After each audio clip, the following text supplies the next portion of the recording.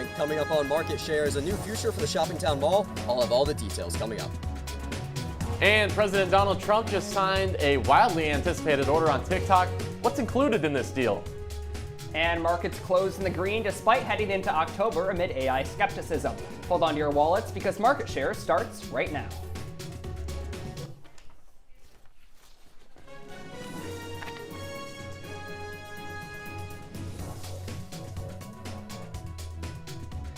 Welcome into Market Share. As well as the Ryder Cup kicks off this afternoon, markets are trying to stay on par. I'm Ben Bascuk. And I'm Riley Underwood. Let's take a look at our market update, and good news for investors. We're all green so far as the markets close throughout the week. Oh, that's good to see, S&P, Riley. NASDAQ, Dow Jones, they're all up slightly throughout the week, but it's large in part due to those tech stocks. Yeah, tech-heavy NASDAQ definitely up this week. Lots of talks about AI. They saw kind of a drawback, especially with Oracle this week, but overall lots and lots of growth in the AI sector, in the chip sector as well. Now, usually kind of looking ahead, people say, hey, we might have a bad October if we've had a bad September. That's not the case. We've had a good September. People are perspective going into October, especially with this interest rate cut at the Fed. We've seen a drop in job loss claims, and we've seen an uptick in GDP, so things are looking good on the market side, Riley. Let's take a look at our first market mover. We're going with Amazon because they just had a big lawsuit from the FTC, from the government. They're going to refund millions of customers,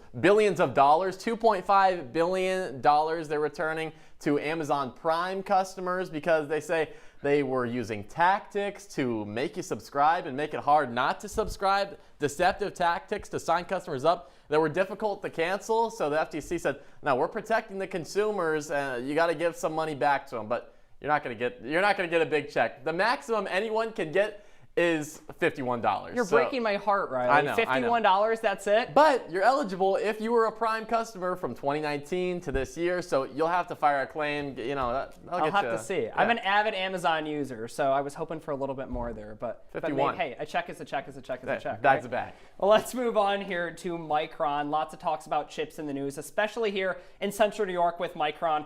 Memory and storage chips, now they've had this insane gain. This is the monthly look, 40% up since August. They're wildly dismissed as kind of this commodity chip maker when there's so much more of that, and they're kind of leading this charge with this AI center data boom. We always talk about NVIDIA. We hype up NVIDIA so much on our show. I think they're kind of the underdogs here. We don't hype up Micron enough. I mean, for NVIDIA to have all these storage chips, they need these big warehouses that are full of servers, and those servers need storage and memory, or these HBMs, which are these high bandwidth memory that Micron makes. So nothing happens without Micron, Riley.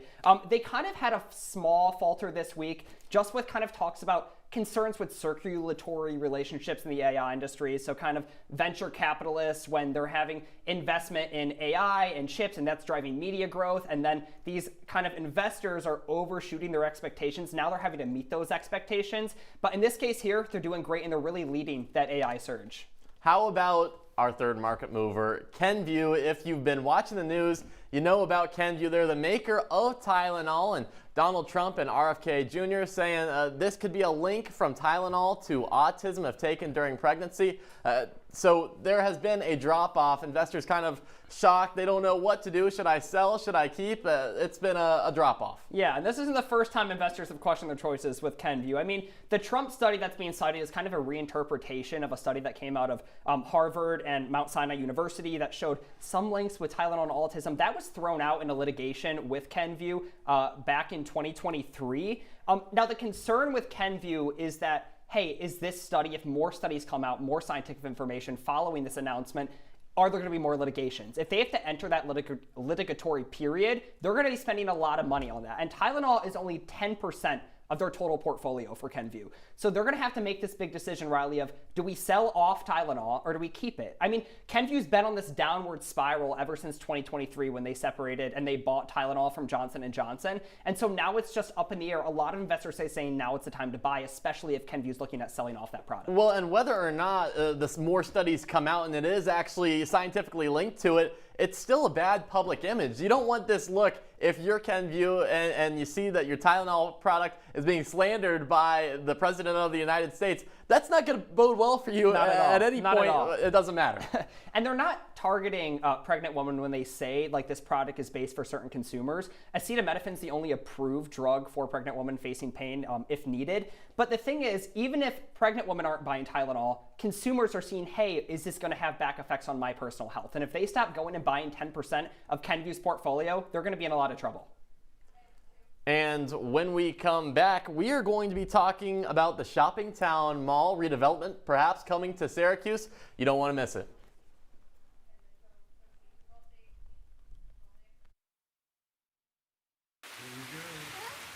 Here we go. We're gonna go out there in the rain. Gonna get wet. All right, here we go. Oh, no.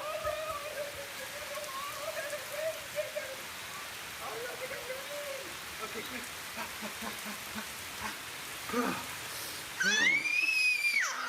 Oh yeah, yes. So much fun. Mwah. Yeah, Dad. We're getting so wet. Oh,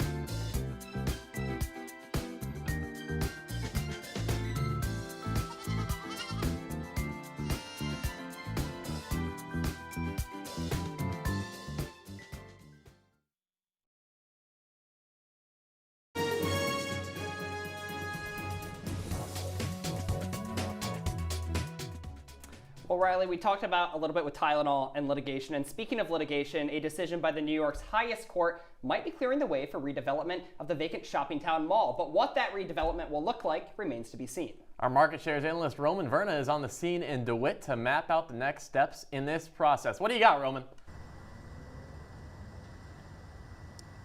Yeah, guys, well, you can see behind me, it's quite abandoned. There's boards on all the windows, and ever since it went out of business in 2020 with thousands of other malls across the United States, the future has been uncertain. Now, the county bought the property not long after it got abandoned, but the future, again, like we said, is still uncertain. Now, the newest details is in the courts. The two anchor stores that are still left are Sears and Macy's. Now they're closed, but their property developers, Transform Silico and Benderson Development, still own that property, and that is the major roadblock for the county in redeveloping this property. You can see there that these are these two anchor stores that are massive and that still don't want to give up their property. Now, eminent domain has ruled in the past that these stores can be forced out by the county for purposes of economic development. These developers appealed, but it's likely to get rejected, and it's also unlikely that they're going to take it to the Supreme Court.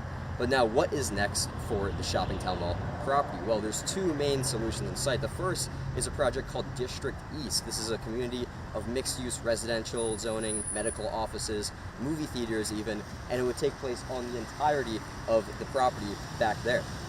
Now, this is the main development opportunity for DeWitt and the reason that economic development is listed as the use for eminent domain.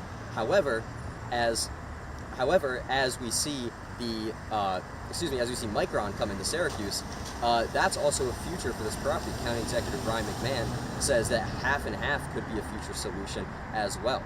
So guys, that's all I have for now. Back to you.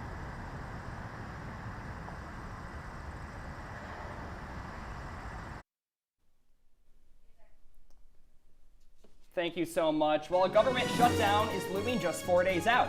Coming up next for Insight and Analysis, NBC News business and data correspondent Brian Chung. Stay with us.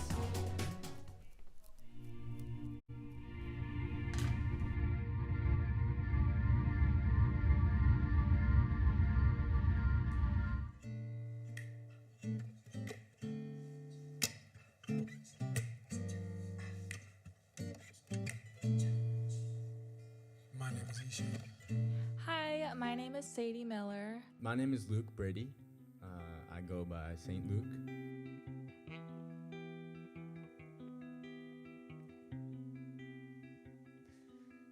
So this one I started with this guitar lick.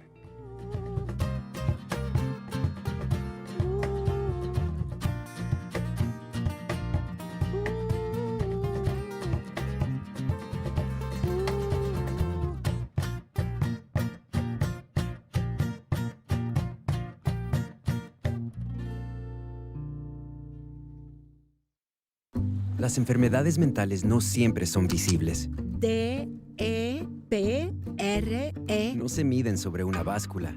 ¿Bipolar? Identificar un problema de salud mental requiere diagnóstico y tratamiento profesionales. ¿Ansiedad? Si usted o un ser querido tienen un problema de salud mental, busque ayuda. Para información confidencial y gratuita y remisión a tratamiento, llame al 1-800-662-4357. Visite samhsa.gov/ayuda.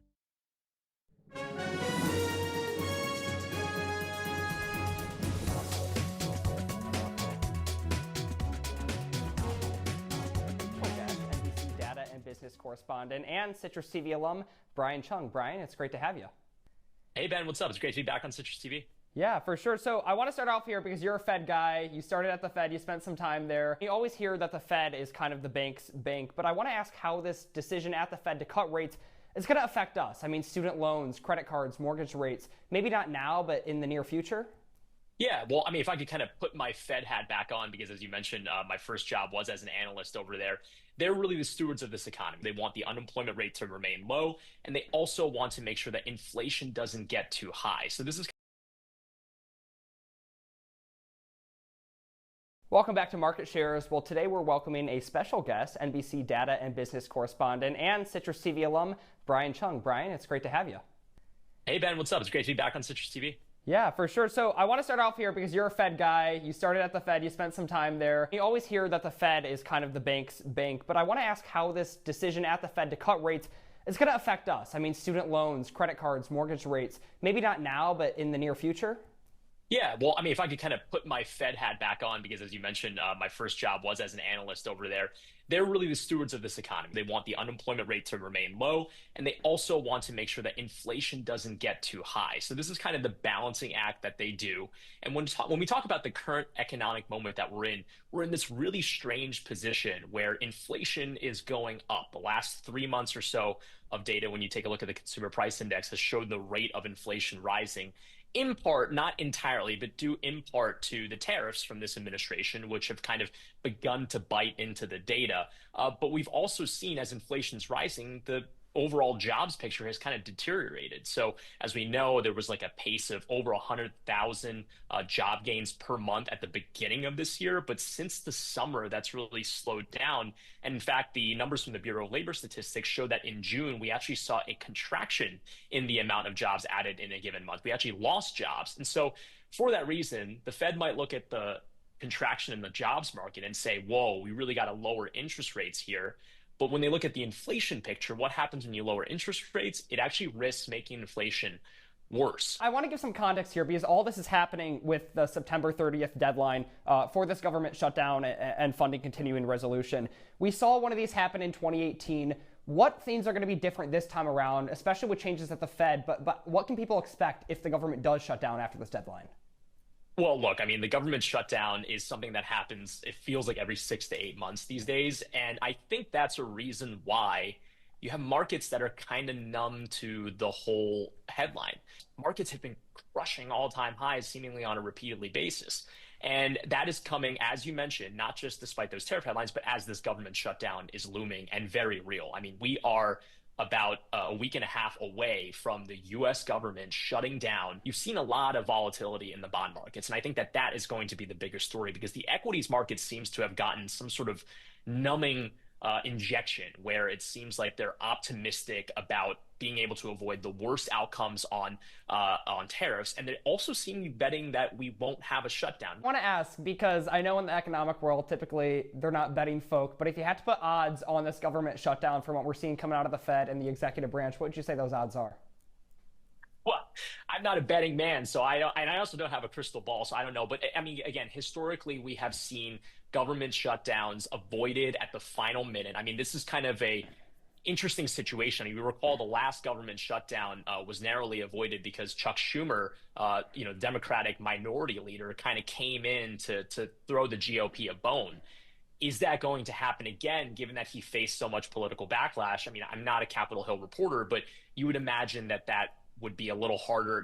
It's a harder scenario to imagine this time around. So can Speaker Johnson and Senate Majority Leader John Thune get this across the finish line? We will have to see. But again, there's a week and a half or so to kind of get this resolved. And as we know with Congress, they're not gonna get that done tomorrow or the day after. If it does happen, it's gonna be midnight going into October 1st. But I think that if you do see a surprise shutdown, that's something that's gonna throw markets for a loop because they're kind of not pricing that in, which is a bet in and of itself. And we've seen a lot of changes here in Central New York, nationally with immigration raids, internationally at the Hyundai plant the other day.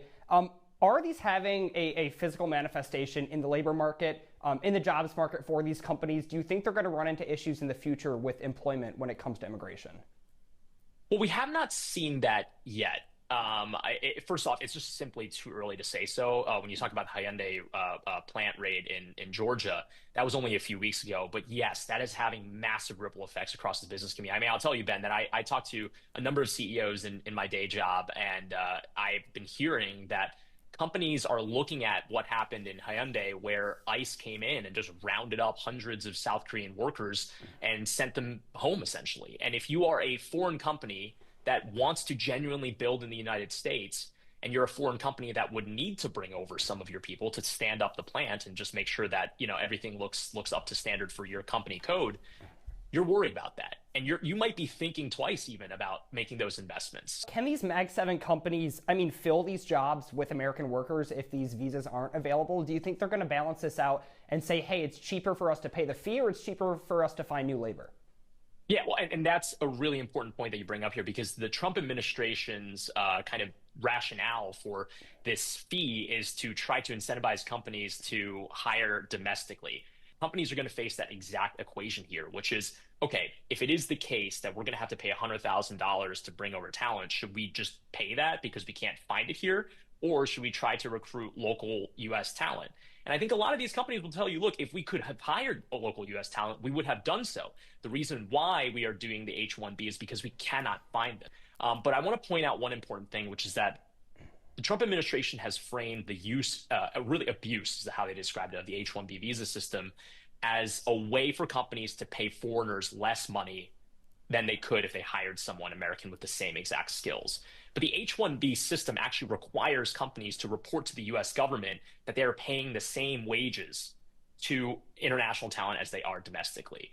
So if you're a tech company, again, those ones that I mentioned that are the biggest users of this, Amazon, Microsoft, Meta, Apple, you are going, wait. These are the employees that have been kind of, helping us develop all of this artificial intelligence technology that we need to try to beat China.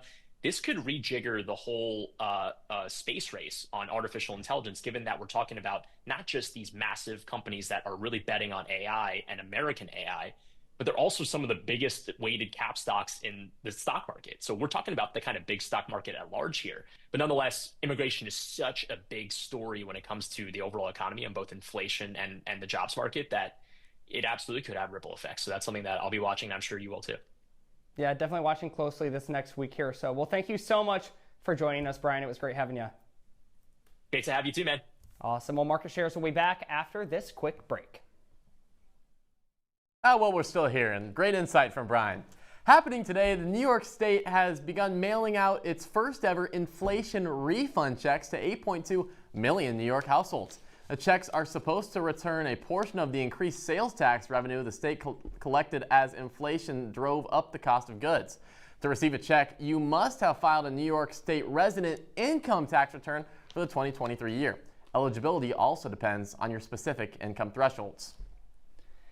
And President Trump signed an executive order yesterday allowing TikTok to keep operating in the U.S. Under the terms, which China still must approve, a new American-led group will oversee TikTok, with ByteDance retaining less than a 20% stake. Oracle, Silver Lake, and MGX Investment Fund will control a roughly 45% stake, While much is still not known about the actual deal, Trump said that Chinese leader Xi Jinping has also agreed to its terms. YouTube TV subscribers may soon be without Sunday Night Football and The Voice, as NBC Universal and YouTube TV face a dispute that may lead to a blackout by the end of the month. In a statement, NBC Universal says that YouTube TV, quote, has refused the best rates and terms in the market, demanding preferential treatment and seeking an unfair advantage over competitors. They added, quote, the result, YouTube TV customers will lose access to NBC Universal's premium programming. YouTube TV responded saying, NBC Universal is asking us to pay more than what they charge consumers for the same content on Peacock. The company said they are working to reach a fair deal and will offer subscribers a whopping $10 credit if they cannot come to a conclusion. Well, Disney can't seem to stay out of the news these past 2 weeks. Our analyst Caleb Plank is in studio with more on their financial loss. Caleb? Yeah, thank you. Last Tuesday, the parent company made headlines when ABC suspended late-night host Jimmy Kimmel's show following remarks he made about the death of Charlie Kirk. This caused immediate backlash. Many saw this move as censorship and an attack against the First Amendment. A week later, Disney went back on their actions and reinstated Kimmel's show to its regular scheduling. The real question is, was it because of the public uproar, or did it have to do with the money? In the days following the initial decision, Disney's stock fell 2.39%, which is equivalent of nearly $5 billion US. This came from consumers canceling and boycotting their Disney Plus and Hulu subscriptions. The public's reaction was so overwhelming that the cancellation page kept crashing, and hashtags like Cancel Disney and Stand With Kimmel went viral.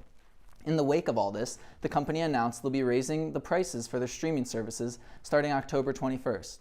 Many of the subscription packages will be increased by $2 or $3. This includes the standalone Disney Plus with ads and Hulu with ads services, both raising from $9.99 a month to $11.99 a month.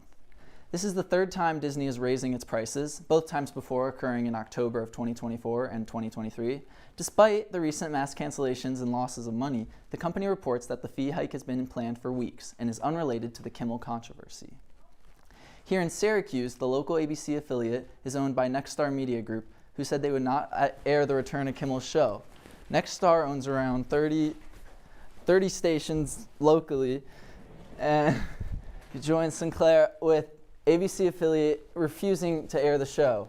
Today, the other big broadcaster, Sinclair Group, who had also been refusing to air the show, announced they would bring back the show to their local affiliates tonight. Nexstar is yet to make an announcement on if they will return their show to their programming, while they are also awaiting approval from the FCC for a $6 billion merger. That's pretty interesting stuff, Caleb, the disparity between the two. But let's talk about Disney. Their price hikes seem to be an annual occurrence. Could we see next year's increase being more after losing out with the Jimmy Kimmel controversy? Yeah, I mean, they ended up only losing $5 billion, which does sound like a lot, but for a big corporation like Disney, you know, they're worth $203 billion. So $5 billion is a pretty small sum for them if you look at it that way. And they still, even if subscription revenue might go down, they still have a lot of other streams to make revenue. They have the parks, the merchandise, so I think they'll be fine.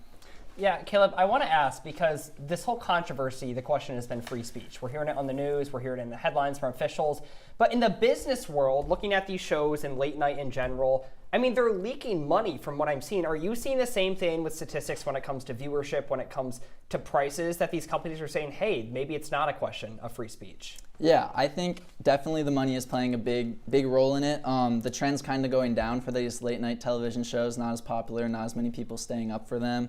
I mean, Kimmel's viewership is down 37% in the last 10 years, and Colbert, who his show was pulled a couple months ago, he's lost more than 40 million in the past year. So there's definitely a negative trend for these shows, and as much as it is freedom of speech, I think money is playing a big role in if the can stay on the air, right? Yeah, if they want to stay on the air. There we go. Yeah, and I think it's interesting because we're seeing these big media companies decide to go against litigation. We saw CBS drop it with a 60 Minutes interview with Kamala Harris. They said, hey, it's cheaper for us just to do this than to go to court, spend all this money of lawyers, and fight these legal battles on the litigation side. And so people are saying it's a question of free speech, but it's also these companies have to weigh, hey, how much money are we willing to spend to keep that free speech on our networks? Especially because, like you said, all the litigation, there could be lawsuits involved. I'm sure Kimmel's team's not happy with this. How's that happen?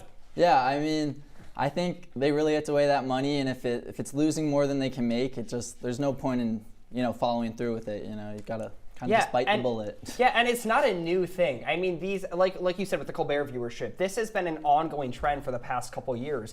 And the argument that we're hearing a lot of liberal politicians say is, hey, well, this is a part of pop culture. It's a part of free speech. On the right, we're hearing them say, okay, well, at the same time, these businesses need to make money. They're trying to make money, and they can't do that when they're leaking millions a year on these late night shows. And we're seeing those kind of come to conflict in the news recently. For sure. Well, thank you for coming to the desk, Caleb. Coming up on Market Shares, the 2025 Ryder Cup teed off earlier today, how the tournament is boosting Long Island's economy when we return.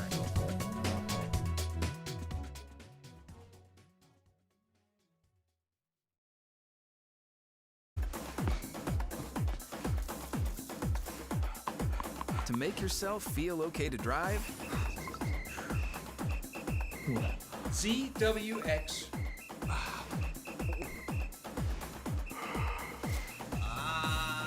You're not okay to drive. YGKLVW. Regular you. La vida no siempre te da tiempo para cambiar el resultado. La prediabetes sí.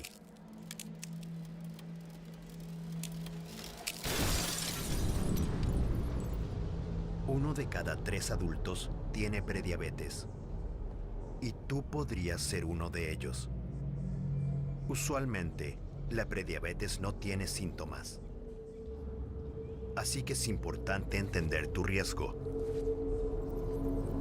Con un diagnóstico temprano, puedes revertir la prediabetes y cambiar tu resultado.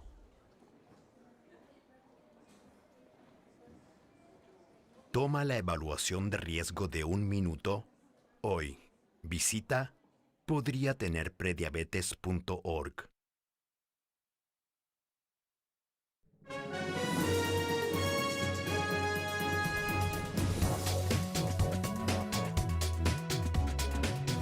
Well, welcome back to Market Shares. The 45th Ryder Cup got underway today at Bethpage Black with its opening foursome session.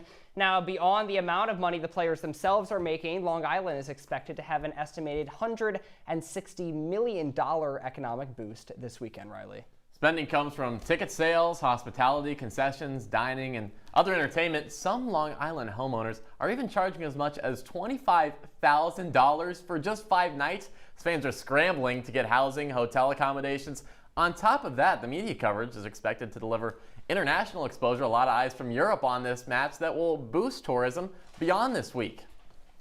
Wow, Riley, that's a lot of money. I don't know if I'd be willing to give up my house, though, to host people for a tournament. But I mean, a couple grand. You give me $25,000, right? You can bring as many people as you want. We saw this during the Masters, too, when people were giving up their homes to host people, and they're funding vacations, they're putting into the retirement fund. I mean, I guess it's not that much to do an Airbnb, right? I mean, yeah, I guess so. I mean, that's. Would you do it? Would I do it? Sure, I'd do it. Of course you do it, right? Of course. Next time a big golf tournament like the Ryder comes to Syracuse, maybe we'll take a look at that. We can house people right here in studio. Sure, they can come to the lair. They can come to your lair. That's true. Riley, you were talking about your golf game a little bit earlier. How do you play? Oh, it's improving. Average about 278 on 9 holes. So it's it can only go up from here. Okay, so we're maybe not playing in the Ryder Cup, but maybe you can open up your home and make some extra cash there. Make some extra cash. What about? But no, I'll get out on the putt course. I'll get on the putt course. That was our, I'd love to go next time. I'd love to do a putting tournament next time. I do right here. I would love to show off our swing here, but I don't want to break any of our technology here in studio. I'm sure they wouldn't mind. Huh? I'm sure they wouldn't mind. I don't know if, again, even if I put my house up for rent, if a golf tournament comes through Syracuse, I don't think it's going to fund the screen behind us. Well, $25,000. I don't know. $25,000 is a lot of money. I don't know how I would spend it. In this economy too, we're seeing interest rates are cut, right? So we could take out take out some loans, some studio expansion, add a couple cameras here, yeah? Yeah, maybe. My dad says he was the putt-putt champion back in the day. That's what he tells me. So maybe, maybe I got it in me. If it runs in the bloodline, I hit the links a little right? bit more, work a little harder. I don't need the house. My dad's a golf coach. He's here in studio for Paris weekend. So great. maybe he can give us some pointers. That's the plan. He'll give us some pointers when a tournament comes to town. We should have done that for this whole segment. Bring in some extra cash. Well, that's all the time we have for you on this episode of Market Shares. Be sure to follow us on Twitter and Instagram and at CitrusTV News. Like us on Facebook. I'm Ben Bascuk. And I'm Riley Underwood. Have a great night and enjoy Family Weekend, Syracuse.